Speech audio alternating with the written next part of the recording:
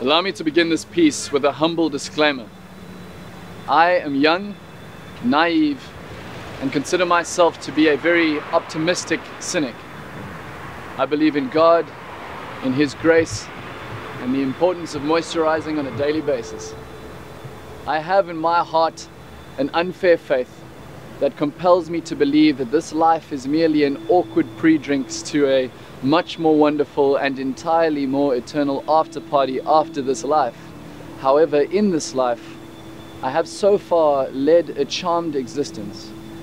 In small part, I think, due to having won some cosmic genetic lottery, and in large part, I know, due to being the unknowing victim of God's goodness to man, and man, I'm sure, that right now listening to this piece, there is likely a plethora of people more qualified to speak on the topic of self-understanding than me. Be that as it may, I ask that you would still spend a few minutes here with me. Worst case scenario, you waste a little more time on YouTube.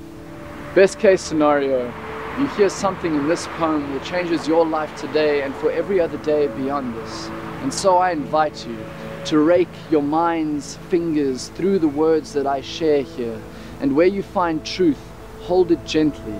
Where you find life, hold it gently also. But where you find lies, crush them quickly and completely. Tell the person next to you to do the same. Please do. Forget my name, but remember what resonates here. Hold fast to what is good. Burn the rest. Discard the ashes. And so it goes. Know thyself. To thine own self be true. And then it must follow as the night, the day, that thou then cannot be false to any man.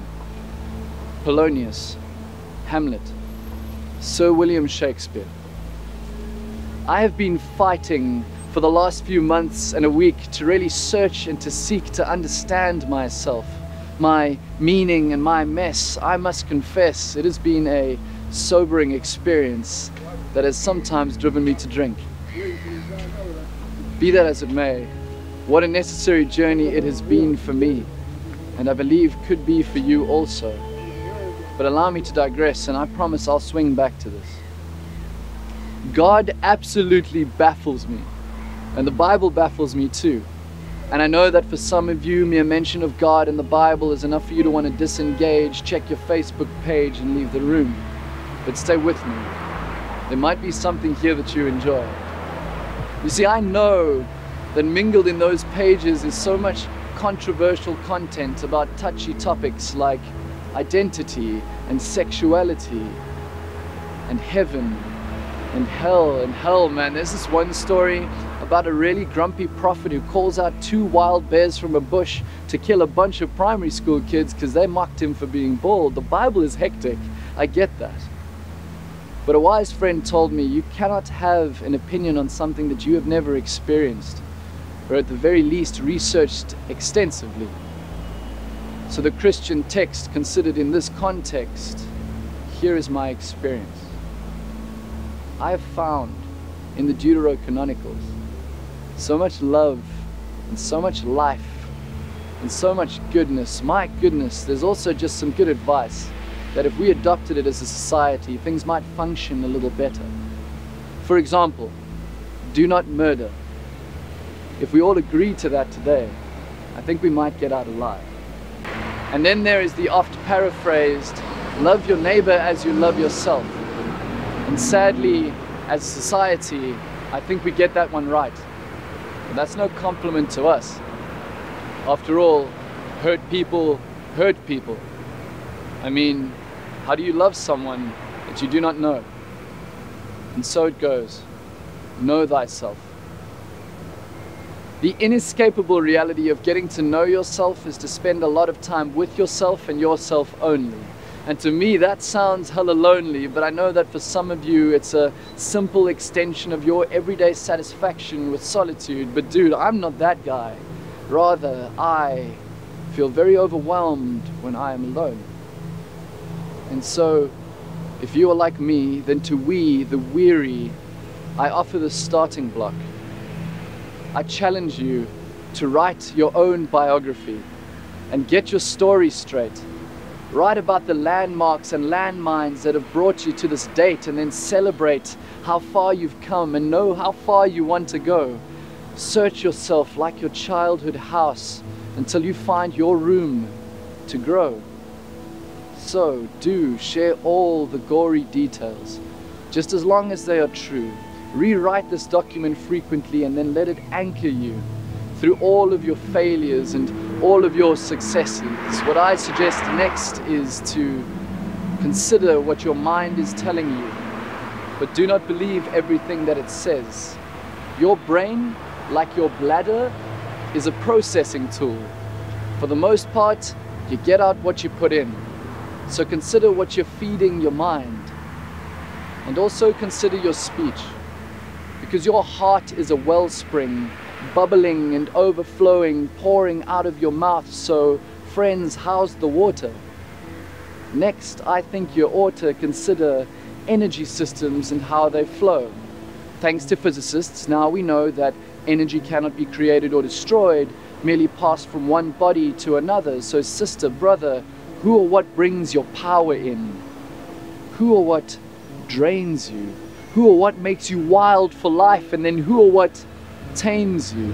Who or what maims you? Who or what breaks you? Because friends, in this life there's going to be brokenness. So where are you going to drag the pain? A refrain to consider your safe spaces, those people and those places where you can come completely undone, allowing all your facades to fall and all your seams to tear, and there, in their care, fall apart as completely and as frequently as you need. Be freed. Rinse, repeat. The point of this life is not to be strong, it is to be real.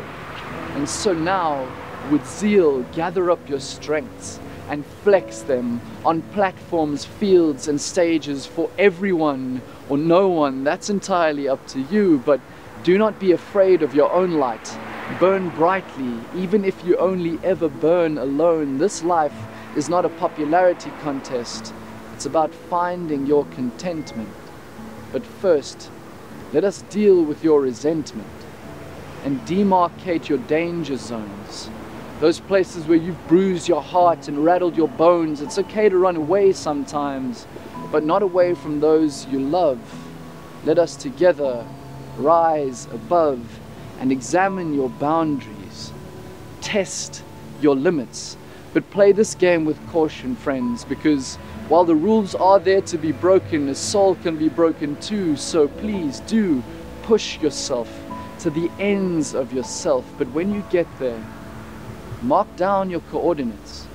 Take detailed notes of the path you followed to this place. And when you can drag yourself back, erect warning signs cautioning future self to tread this way lightly. You know, I find it frightful how we just don't seem to relax anymore. And so in this piece, I implore you to slow the hell down and take your damn time to work out what you really want from this existence. Please do reflect on the past and dream for the future, but only ever do these things very frequently and intentionally, because mentally very few of us are ever here. My dear, stay with me, because the only promise you have right now is right now. Right now. Finally, let us deal with your fear, and allow me to be crystal clear. This will require some rough and tumble. This will teach you tough and humble. Fighting, unfortunately, does not always mean winning. So friends, for some of you, you will not overcome your fears in this life. But that is no excuse to stop trying. Because if you don't spend every day fighting for life, you will just spend this life dying. And so an encouragement. On those days where your fear hangs over you, champion, and you find yourself at the bottom of yourself, take heart, for there art not a single fear in this life that has not been defeated. Take heart, for there art not a single fear in this life that has not been defeated. And so a challenge. Get into an interrogation room with your fear. Drag them all in here, shackle them to a chair, get your friends in there, and then point and accuse, shout and rage until you find its weak points, shout and rage until you find your strong points, shout and rage until you realize fear was only ever here in your mind. No need to be kind. Forget the Geneva Convention. When it comes to dealing with fear, torture is allowed if needed. So these words in this poem heeded, I pray that they may help you to know thyself, to fight to love thyself, and then fight to love everybody else just the same. Please do forget my name, because this poem was only ever about you anyways.